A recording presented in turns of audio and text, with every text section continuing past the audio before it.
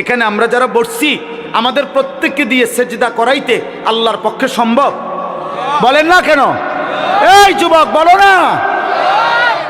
পারতো এশার নামাজ না পড়ে না ফরমান, তোমরা যারা এক ওয়াক্ত নামাজ পড়ো না, খোদার 365 দিনে কোনো দিন যেই নাফরমান ফজরের নামাজ পড়লি না, এক বছর কোনো দিন মুসলমানের বাচ্চা, তোর মা, তোর বাবা, তোর অভিভাবক, তোর সমাজ তোকে কোনোদিন বলল না যে ফজরের নামাজ পড়তে যদি একদিন ভোরবেলা আল্লাহর কোনো ফেরেশতা তোর ঘাড় ছাইয়া একটা থাপ্পড় দিত তো তোর বংশের 14 গোষ্ঠী আর কোনো দিন সেজদা না দিয়ে ঘুমাইতো না। আল্লাহ চাইলে পারতেন, কিন্তু আল্লাহ বলেন আমি চাইছিলাম বান্দা না দেখে, আমার রসুলের কথা শুনে, আমার কোরআনের কথা শুনে, আমার মনোনীত উলামা, কত ইমাম, কত খতিব, কত আলেম, কত বক্তা, কত ওয়ায়েস, কত পীর, কত বুজুর্গ, কত আউলিয়া, কত চিৎকার করছে রে বান্দা, কত কাঁদছে রে তোর সামনে, কতবার বলছে।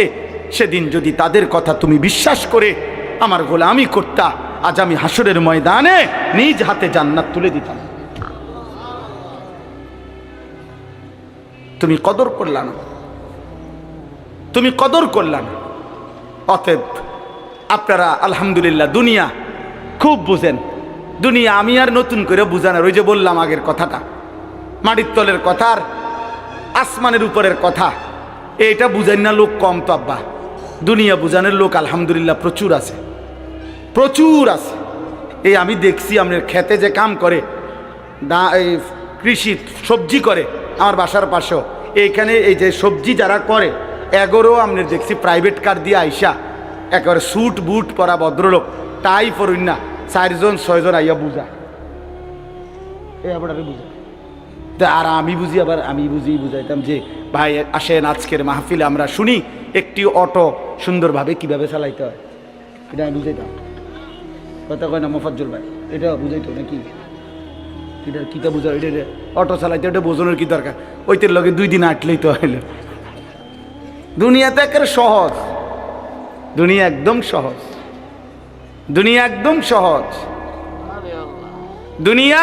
আরে ভাইয়া 200 কোটি মুসলমান যদি 400 কোটি হাত একত্র করেও 24 ঘন্টা দুনিয়া উপার্জনের জন্য চেষ্টা করে, আল্লাহর কসম কাফের বেঈমানদের সমপরিমাণ দুনিয়া ইমানদারের হবে না, হবে না, হবে না, হবে না। আল্লাহ দিবে না, আল্লাহ এটা ওয়াদা দিয়ে রাখছে, ওয়াদারনি ওয়াল মুকাদ্দিবিনা উলিন নামাতি ওয়া মাহিলহুম কালিলা। আল্লাহ বলছে মিথ্যাবাদী নাফরমানদেরকে কিছু সময়ের জন্য দুনিয়া দিয়ে দাও। বান্দা মোমেন সেজদা দিয়ে আমার কাছে আইসো, আমি আল্লাহ তোমার চাহিদাও পূর্ণ করব জান্নাতে। তোমার চাওয়া শেষ হইলে আমি নিজের থেকে কোটি কোটি কোটি কোটি আরো দিতে থাকব, আমি সব দেব জান্নাতে। দুনিয়া শুধু খোরাকি। ওই আমার বাসাত রাজমিস্ত্রি কাজ করছে, ওর লগে চুক্তি হইলো, সিস্টেম কইছে হে হুজুর ডেইলি 8 জন কাজ করব, কর্মচারী আমরা 600 টাকা কইরা ডেইলি হাজিরা দিয়ে যাবেন রোজ।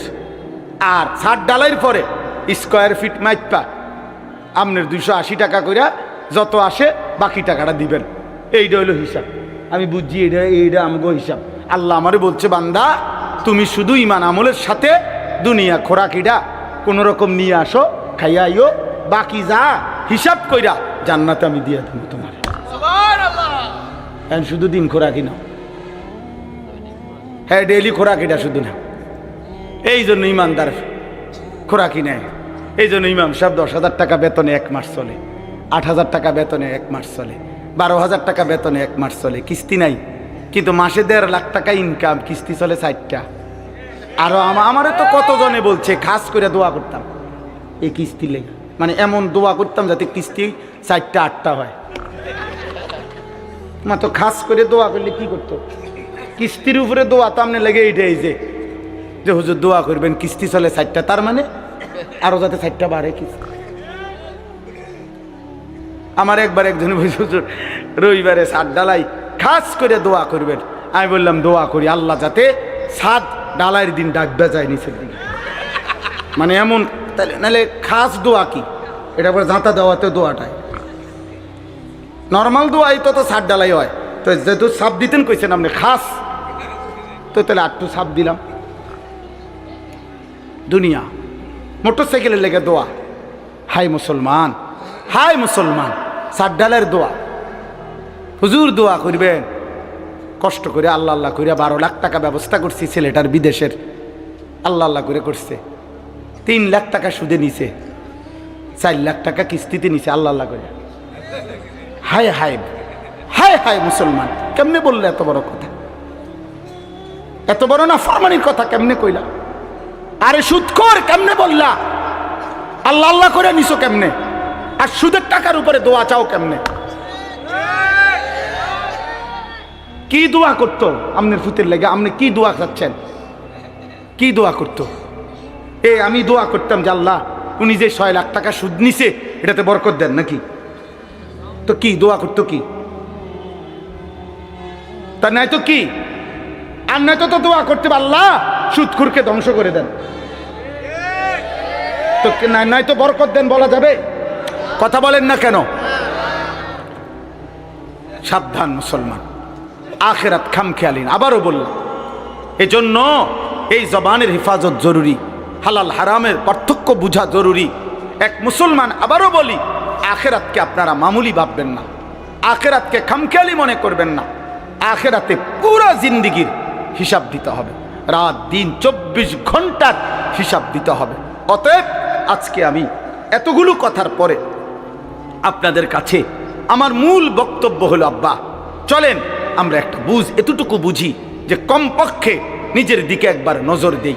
আমি আপনি যে যেখানে আসি 30টা সেকেন্ড, প্রত্যেকে একবারে 30 সেকেন্ড সময় আপনি একটু চোখ বন্ধ করে অথবা আপনার বিবেক দিয়ে আপনি ভাবেন, আমরা যারা এখানে বসা এখন যে যে অবস্থানে বসে আছি, চোখ বন্ধ করে বা 30 সেকেন্ড নীরবে ভাবেন তো যে অবস্থায় আছি, এই অবস্থায় আমাদের জীবনের গুনার পরিমাণ বেশি নাকি নেকির পরিমাণ বেশি?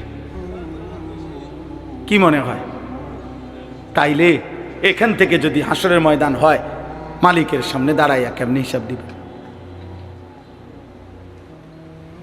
কেমনে হিসাব দিবে? আপনি কি মরবেন না? আপনাকে কি কবরে যাইতে হবে না? এই কথাটাই আমি মনে করাই দিলাম। আমার ছোট্ট বুঝে আমি এতটুকু বললাম। আল্লাহ তাআলা বলছে, বান্দা এবার যদি মনে করে থাকো তোমার গুনার পরিমাণ বেশি, তাইলে তুমি অন্য কোথাও গিয়ে লাভ নাই। আমি আল্লাহ তোমাকে আশ্বস্ত করতে চাই, গুনাহ যদি তোমার আসমান পরিমাণ হয়, গুনাহ যদি তোমার সমুদ্রের ফেনা পরিমাণ হয়, গুনাহ যদি তোমার হিমালয় পর্বত ছুঁয়ে যায়, গুনাহ যদি তোমার এই জমিনের বালুকণা পরিমাণও হয়, তুমি অন্যদিকে যাইও না। তুমি যদি শুধু বুঝতে পারো, অনুভব করতে পারো, তোমার ভিতরে যদি উপলব্ধি আসে আমার গুনাহ বেশি, আর আমার এই গুনাহ আমার জাহান্নামে নিবে, আর জাহান্নামের আগুন আমি সহ্য করতে পারবো না, খোদার কসম আল্লাহ বলেন, এদিক সেদিক না গিয়ে বান্দা তুমি আমার দিকে ফিরে আসো, আমার রহমত থেকে নিরাশ হইও না। আমি ওয়াদা করলাম, আমি আল্লাহ এক সাগর নয়, আমি হাজার সাগর, এক পৃথিবী নয়, আমি আসমান ছোঁয়া গুনাহ একবারে একসাথে মাফ করে দেব। তুমি আমার কাছে আসো। এই কথাইটাই এখানে 24 নম্বর পারা 39 নম্বর সূরা জুমার, এই সূরার 53 নম্বর আয়াত। আমি আপনাদের কাছে 3টা আয়াত পড়ছি, 53, 54, 55, এই 3টা আয়াতের তর্জমা বলেই আমার কথা আমি শেষ করলাম। আল্লাহ তাআলা বলেন, কুল, হে নবী আপনি বলেন, ইয়া ইবাদিয়াল্লাযীনা আসরাফু আলা আনফুসিহিম, হে আমার বান্দারা, তোমরা যারা নিজের উপরে গুনাহ করতে করতে সীমা অতিক্রম করে ফেলেছ, গুনার পাহাড় উঠায় ফেলছ, তোমরা নিজের উপরে যারা জুলুম করে ফেলেছ, তোমরা যারা জীবনটাকে শেষ তসতস করে ফেলছ। হাদিসের মধ্যে, তাফসীরের মধ্যে আছে, নবীজির কাছে কয়েকজন লোক এসে বলছিল, হে মুহাম্মদ, আমরা তোমার কালেমা গ্রহণ করতে চাই, কিন্তু তুমি কি জানো যে আমাদের গুনাহ কি পরিমাণ? আমাদের গুনাহ কি পরিমাণ? হয়তো তোমার আন্দাজও নাই। মুহাম্মদ, আমরা শুধু শিরিক করেছি এমন না, আমরা মূর্তি পূজা করেছি এমন না। তাফসীরে কুরতুবীতে স্পষ্ট লিখছে, নবীজিকে তারা বলছে, হে মুহাম্মদ, চুরি করছি কি পরিমাণ, হিসাব নাই। জিনা করেছি কি পরিমাণ, হিসাব নাই। মদ পান করেছি কি পরিমাণ, হিসাব নাই। খুন করছি কি পরিমাণ, হিসাব নাই। জীবনটা শেষ করে দিছি গুনায় গুনায়, আজ আর কোনো হিসাব করেও কুলাইতে পারবো না, এত বেশি পরিমাণ গুনাহ আমাদের। তো বলছে মুহাম্মদ, তুমি যে বলছো আল্লাহ মাফ করে দিবে, কিন্তু মাফ তো করবে বুঝি, কিন্তু আমরা যে পরিমাণ গুনাহ করেছি আমাদের মনে হয় তোমার আল্লাহ এত বেশি পরিমাণ গুনাহ মাফ করবে না। গুনাহ যে আমাদের অনেক বেশি। তুমি আরেকবার তোমার আল্লাহকে জিজ্ঞেস করো, ওনারে বলতে কও, উনি আমগো কি পরিমাণ গুনাহ মাফ করে দিবে। মহান আল্লাহ পাক এই আয়াত তখন নাজিল করছেন। আল্লাহ বলছে, বন্ধু আমার বান্দাদেরকে বললেন, কুফর আমি মাফ করে দেব, শিরিক মাফ করে দেব, কবিরা গুনাহ মাফ করে দেব, সগীরা গুনাহ মাফ করে দেব, বিদআত মাফ করে দেব, মুনাফিকি মাফ করে দেব, সব মাফ করে দেব। ইন্নাহু হুয়াল গফুরুর রাহিম। কেন মাফ করব না? আমি আল্লাহ গফুর, ক্ষমাশীল, রাহিম, দয়াবান। এবার আল্লাহ বলে, বান্দা তবে শোনো, তাহলে যদি তুমি সিদ্ধান্ত নেও আমার কাছে আসবা, আমি মাফ করব, তা এখন কি করতে হবে তোমাকে? আল্লাহ বলেন, তোমাকে দুইটা কাজ করতে হবে। ওয়া আনিবু ইলা রাব্বিকুম, তোমাকে 1 নাম্বার ইরজিউ, আমার কাছে ফিরে আসতে হবে। তুবু, তওবা করতে হবে। 1 নাম্বার ইনাবাত আই রুজু আই তওবা, অর্থ হইল তুমি তওবা করো, তওবা করো, তওবা করো, তওবা করো। বান্দা আমার কাছে আসো, আমার কাছে তওবা করতে হবে।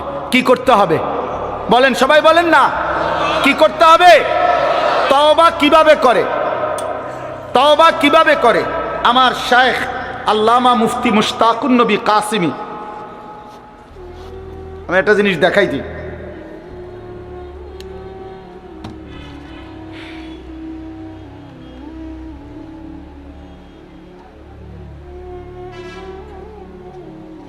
এই দেখেন, এইখানে আমি এক সাদা কাগজে লিখছি চ আকার চা, দেখছেন নি? এটা চ আকার চা। কি লিখছি? তাহলে এটাই তো চা, ঠিক না? না না, এটা চায়ের শব্দ, এটা চায়ের শব্দ।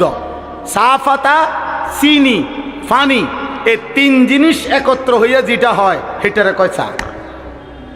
অতএব তওবা, তওবা, তওবা, এইটা আপনি কইলেন, এটা তওবা না। 3 জিনিস একত্র হইলে সেটাকে বলে তওবা।